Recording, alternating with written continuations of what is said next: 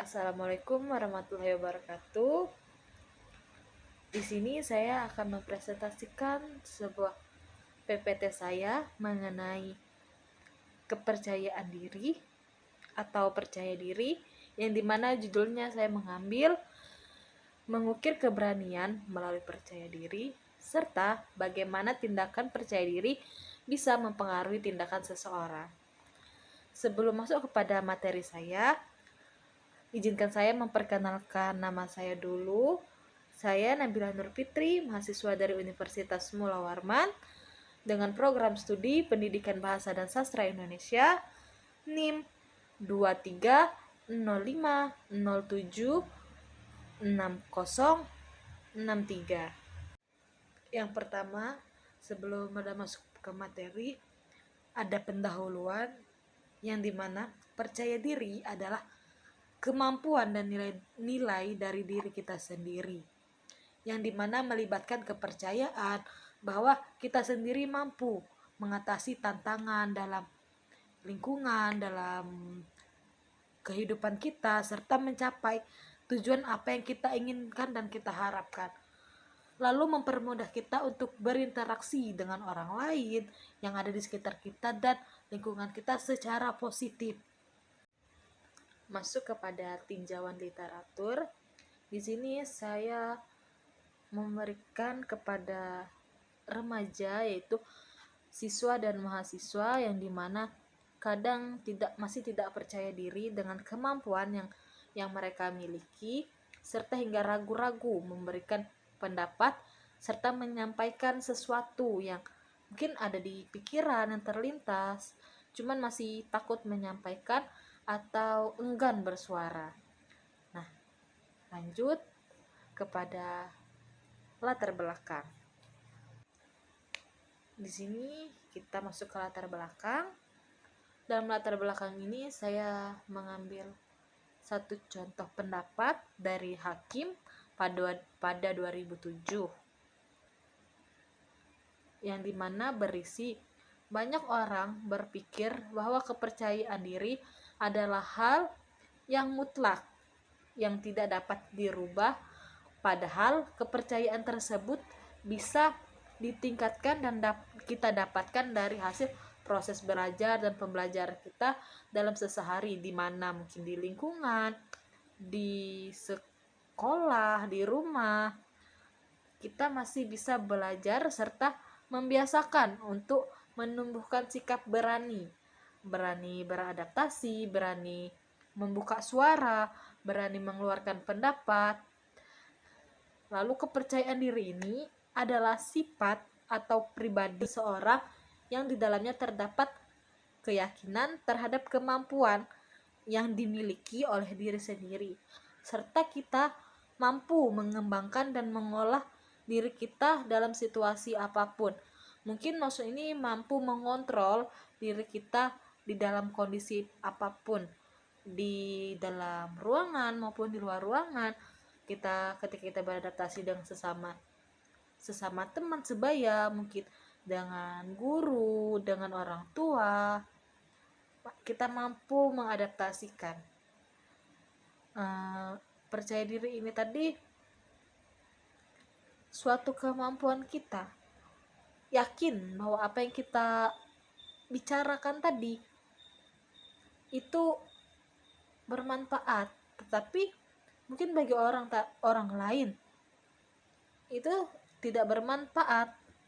Jadi kita mampu kayak berpikir positif terhadap apa yang kita keluarkan, kita omongkan.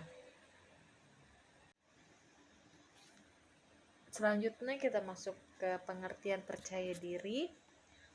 Percaya diri merupakan salah satu aspek kepribadian yang penting pada masa remaja,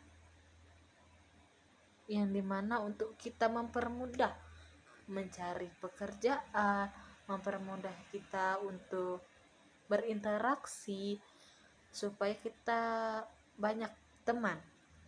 Kadang kalau kita jadi anak pendiam, kita lebih sering minim dapat teman. Kalau kita lebih percaya diri, lebih aktif, mungkin kita lebih banyak teman.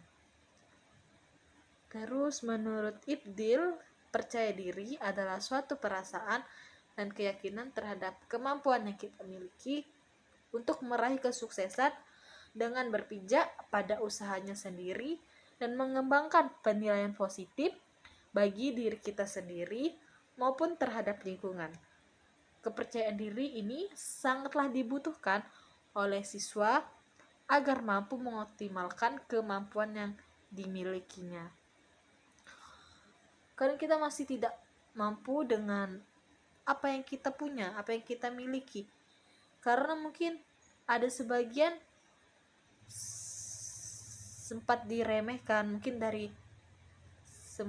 diremehkan karena ada aja dalam pertemanan ketika kita lagi percaya dirinya ingin berubah, tapi ada saja mental yang menjatuhkan dari omongan orang. Untuk kita sendiri mungkin kita tidak ingin memikirkannya, tetapi itu tuh sering kayak seperti datang tiba-tiba pikiran seperti itu. Lalu itu tidak hanya sesekali, mungkin ada beberapa kali, tidak hanya dari teman, mungkin dari orang luar yang seenaknya ngomong menjatuhkan. Itu kadang membuat kita tidak percaya diri. Tapi sebaiknya hal yang seperti itu malah membuat kita untuk meningkatkan kepercayaan diri yang kita miliki. Karena dengan kita percaya diri, kita mampu bahwa kita tuh bisa. Tidak hanya seperti dia yang cuman bisa berkomentar saja. Coba dia disuruh di posisi kita, apakah dia bisa? Tidak mungkin, bukan kita meremehkan dia tidak bisa. Tetapi kadang ada orang yang seperti itu, dia susah, tidak percaya diri juga, cuman berani di belakang biasanya ya. Lanjut kepada fungsi dari percaya diri. Kita memiliki tingkat kepercayaan diri yang tinggi agar seseorang cenderung lebih mampu menahan tantangan yang diterima atau berani mengambil resiko dan mencapai tujuan mereka.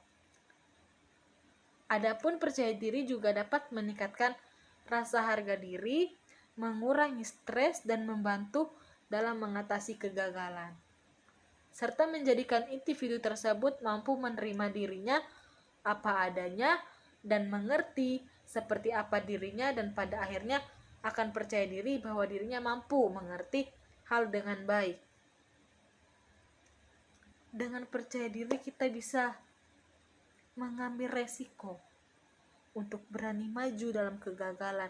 Pernah sekali gagal, tidak masalah, masih ada beberapa langkah untuk mencapai kesuksesan. Mencapai kesuksesan tidak satu jalan, masih ada 2 atau 3 jalan. Terus selain itu, percaya diri juga dapat meningkatkan harga diri, mengurangi stres. Biasanya kita tidak percaya diri itu bisa membuat stres karena terlalu memikirkan omongan orang. Kayak aku kayak gini di omongan orang tadi. Jadi membuat tingkat percaya diri kita itu menurun, serta membuat kita kepikiran. Nah, mampu menerima diri kita apa adanya. Contohnya, kita bisa memahami diri kita. Oh, kita standarnya bisanya seperti ini, tidak bisa seperti orang lain, berarti kemampuan kita hanya segini.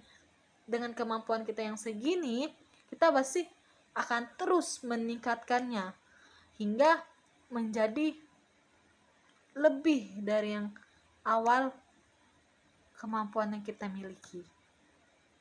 Insecure itu kadang gara-gara teman pintar, gara-gara teman bisa, tapi sebenarnya kita juga bisa, hanya saja kita kurang percaya diri. Mungkin karena pertemanan juga bisa kurang percaya diri, lingkungan juga mendukung, terus diri kita juga menutup untuk tidak mau membuka seperti pada orang yang percaya diri pada umumnya gitu. Dan kita percaya diri, kita juga bisa membedakan hal baik dan hal buruk. Kita juga bisa berpikir dengan cepat dan merespon dengan cepat. Oh, ini kita bisa mendengar langsung menjawab. Biasanya orang yang masuk kepada faktor yang mempengaruhi percaya diri, yang pertama ada faktor internal, yang kedua ada faktor eksternal. Faktor internal ini faktor yang ada di dalam diri kita sendiri. Terus faktor eksternal ada faktor yang berasal dari luar. Faktor internal tadi yang seperti kita tidak yakin apa yang kita ucapkan atau yang kita lakukan itu benar, padahal tidak ada salahnya tindakan atau ucapan kita tadi kita tuturkan atau kita sampaikan, karena tidak semua apa yang kita mau atau kita beri pendapat itu harus diterima. Begitupun orang lain, kita harus menghargai juga. Tapi dengan kita percaya diri tadi, itu bisa membuat kita lebih baik dan bisa membuat kita berpikir lebih positif lagi. Faktor eksternal berasal dari luar, yang seperti omongan orang. Omongan orang itu ada yang baik dan ada yang tidak. Seperti ada yang mensupport, ada juga yang menjatuhkan mental, membuat down terhadap perbuatan kita, apa yang kita sampaikan, apa yang tindakan yang kita lakukan.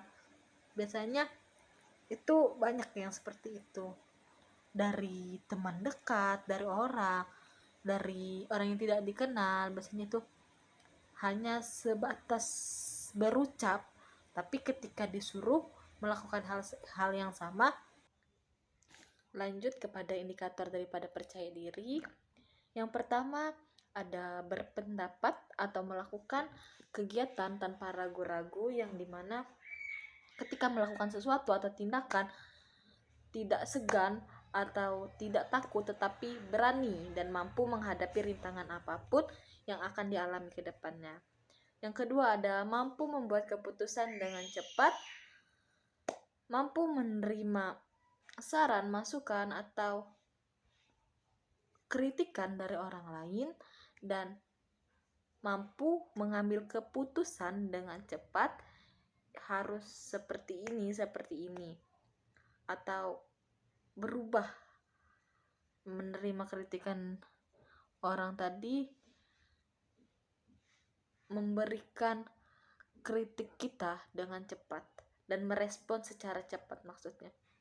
Yang ketiga tidak mudah putus asa dalam melakukan sesuatu apapun itu. Tidak mudah putus asa dengan hal yang kita jalani sekarang. Mungkin kita pernah melakukan sesuatu dan itu gagal, tidak menjadi hal untuk kita stop di situ saja, tetapi itulah menjadi pelajaran kita. Yang keempat tidak canggung dalam bertindak, tidak takut dan tidak ragu-ragu dalam bertindak. Tidak takut itu salah, tetapi itu menjadikan kita berani dalam berbuat atau bertindak. Yang kelima berani presentasi di depan kelas, berani membuka suara, menyampaikan ide, pengalaman, pikiran, ataupun pendapat kita. Yang keenam berani berpendapat, bertanya atau menjawab pertanyaan. Karena apa yang kita ketahui tadi mungkin sedikit bisa membantu kepada teman-teman kita, entah dari pengalaman kita, pendapat kita, karena kita punya hak untuk berpendapat serta memberi pertanyaan atau menjawab pertanyaan sesuai apa yang kita ketahui. Lanjut kepada penyebab kita tidak percaya diri. Yang pertama, mempercayai opini orang lain tentang diri kita. Biasanya kadang ada saja orang yang bilang, dia itu suaranya jelek, dia itu tidak paham kepada materi, dia itu kok diajak berbicara ini menjawabnya ini. Nah itu kadang ada sedikit orang yang kepikiran tentang omongan itu, tetapi itu harusnya sebagai motivasi kita untuk lebih lagi belajar lagi. Terus yang kedua, melimpahkan kesalahan pada orang lain. Itu sebetulnya tidak bagus. Kesalahan diri kita kita berikan kepada orang lain, tetapi itu sebagai introspeksi diri kita. Oh, kesalahan kita di sini, harusnya kita seperti ini. Lalu yang ketiga ada tidak memiliki kecakapan dalam suatu hal. Tidak memiliki kecakapan dalam suatu hal.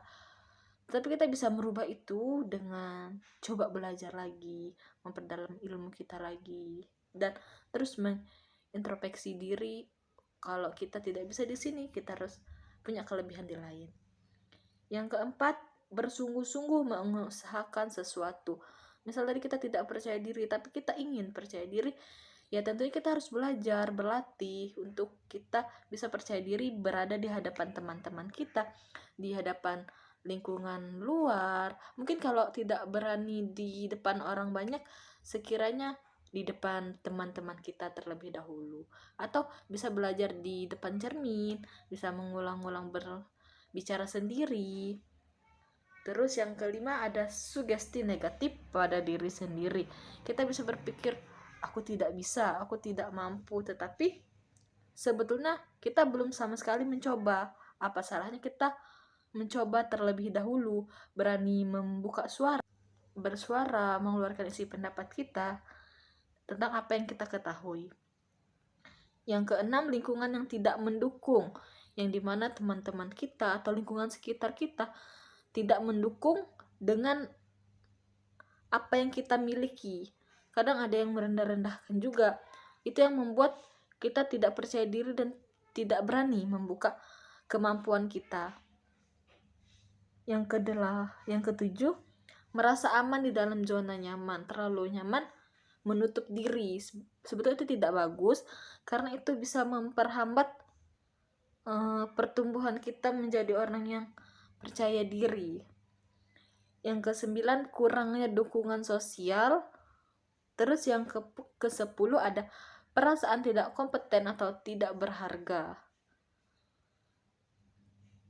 Tidak berharga yang dimana kadang kita ngomong atau memberikan pendapat itu tidak diterima dan tidak didengarkan, karena kita sedikit merasa tidak berharga. Terus yang ke-11 ada membandingkan diri kita sendiri dengan orang lain. Kalau membandingkannya secara positif mungkin itu bisa saja diterima, tetapi kalau kita membandingkan dengan orang lain secara negatif, itu mungkin bisa membuat kita lebih down lagi terhadap percaya diri kita tadi. Harusnya kita membandingkan seperti, oh ini teman aku secara tidak langsung dia lebih ya, harusnya aku bisa seperti dia atau bisa lebih dari dia seharusnya ya. Terus yang ke-12 ada kecemasan yang berlebihan terhadap diri sendiri. Kadang ada kita yang terlalu berpikir negatif atau berlebihan tentang kemampuan yang kita miliki. Harusnya kita bisa mengontrol diri kita bahwa kita itu bisa dan mampu. Terus ada cara meningkatkan percaya diri. Yang pertama, bangun pola pikir secara positif. Yang kedua, kenali kekurangan dan kelebihan kita. Kenali kekurangan dan kelebihan kita ini dimaksud mungkin kita tidak mampu, tidak percaya diri, tetapi kita harus punya kelebihan seperti tidak percaya diri berada di depan, harus kita mampu. Misal tidak berani menatap, kita bisa mengalihkan pandangan ke yang lain, tetap sambil berbicara. Kadang seperti saya, kalau berpresentasi di depan, saya tidak bisa memandang teman-teman, tetapi saya kadang supaya tidak gugup, saya akan membawa pulpen di tangan saya, di jari saya, atau di tangan saya, supaya saya tidak merasa gugupnya berlebihan. Terus yang ketiga, fokus pada langkah atau perubahan kecil yang kita miliki dalam berproses tadi. Kadang, kita ini sekarang tidak berani, tapi selama pembelajaran kita masih ada tingkat berubahnya, mungkin dari sini dari yang pertama, yang kedua, yang ketiga, mungkin bertahap. Yang keempat, lakukan hal yang kita sukai. Mungkin kita suka membaca ya, itu harus didalami lagi supaya lebih menambah wawasan kita lagi. Yang kelima, berhenti membandingkan diri kita dengan orang lain atas kemampuan yang dimilikinya. Mungkin kita mampunya di sini, tapi teman kita lebih mampu yang di sana. Nah, tidak bisa kita menyamakan, tetapi kita bisa mengembangkan prestasi kita yang di sini bisa lebih wah lagi ke depannya. Terus yang keenam, bergaul dengan orang lain atau teman secara positif untuk menambah wawasan atau ilmu kita yang positif, yang lebih baik lagi, untuk kita mempelajari lebih dalam lagi tentang diri kita sendiri. Terus yang ketujuh, menerapkan pola hidup sehat, yang dimana berolahraga, berpikir positif, mempelajari lebih banyak lagi tentang ilmu atau pengetahuan, tidak hanya dari sekitar, lingkungan sekitar, tapi lebih lagi dari luarannya. Terus yang kesembilan, apresiasi keberhasilanmu atau apresiasi keberhasilan kita sendiri yang sedikit demi sedikit berubah. Harus lebih meningkatkannya lagi dari yang pertama, kedua, ketiga, pasti mempunyai tahapan. Dari situ kita mengapresiasi tingkat keberhasilan kita miliki yang kita punyai. Yang ke-10, mempelajari keterampilan baru, mempelajari hal-hal baru yang ada untuk kita kembangkan lagi dari yang kita punya hingga menjadi yang lebih baik lagi. Yang ke-11, jangan takut mengambil tantangan, jangan takut menghadapi resiko dari tantangan tersebut, tetapi berani, percaya diri, supaya kita bisa berubah menjadi yang lebih baik lagi, menjadi orang yang pintar, yang berprestasi, yang kita harapkan, yang kita inginkan. Yang ke-12, membangun keterampilan sosial. Masuk ke bagian terakhir, yaitu kesimpulan daripada materi yang saya paparkan tadi dan serta penjelasan yang saya berikan tadi, yaitu kita harus berani mencoba, bahwasannya percaya diri merupakan kunci untuk mengatasi ketakutan dan meraih kesuksesan, untuk memiliki keberanian mencoba hal-hal yang baru dalam kehidupan kita. Tujuan ini membuat kita berlatih percaya diri agar meningkatkan kepercayaan diri dan mampu meningkatkan kepercayaan diri yang kita miliki dan keyakinan serta kemampuan dari diri kita. Dengan memiliki tingkat kepercayaan diri yang tinggi, dengan kepercayaan diri kita akan mampu menghadapi tantangan dan rintangan yang kita hadapi. Saya kira itu saja materi yang bisa saya paparkan dan saya jelaskan. Kurang dan lebihnya saya mohon maaf. Saya akhiri. Assalamualaikum warahmatullahi wabarakatuh. Bagi teman-teman, jangan lupa di like, di komen, dan jangan lupa di subscribe video ini. Terima kasih. Thank you. Bye-bye.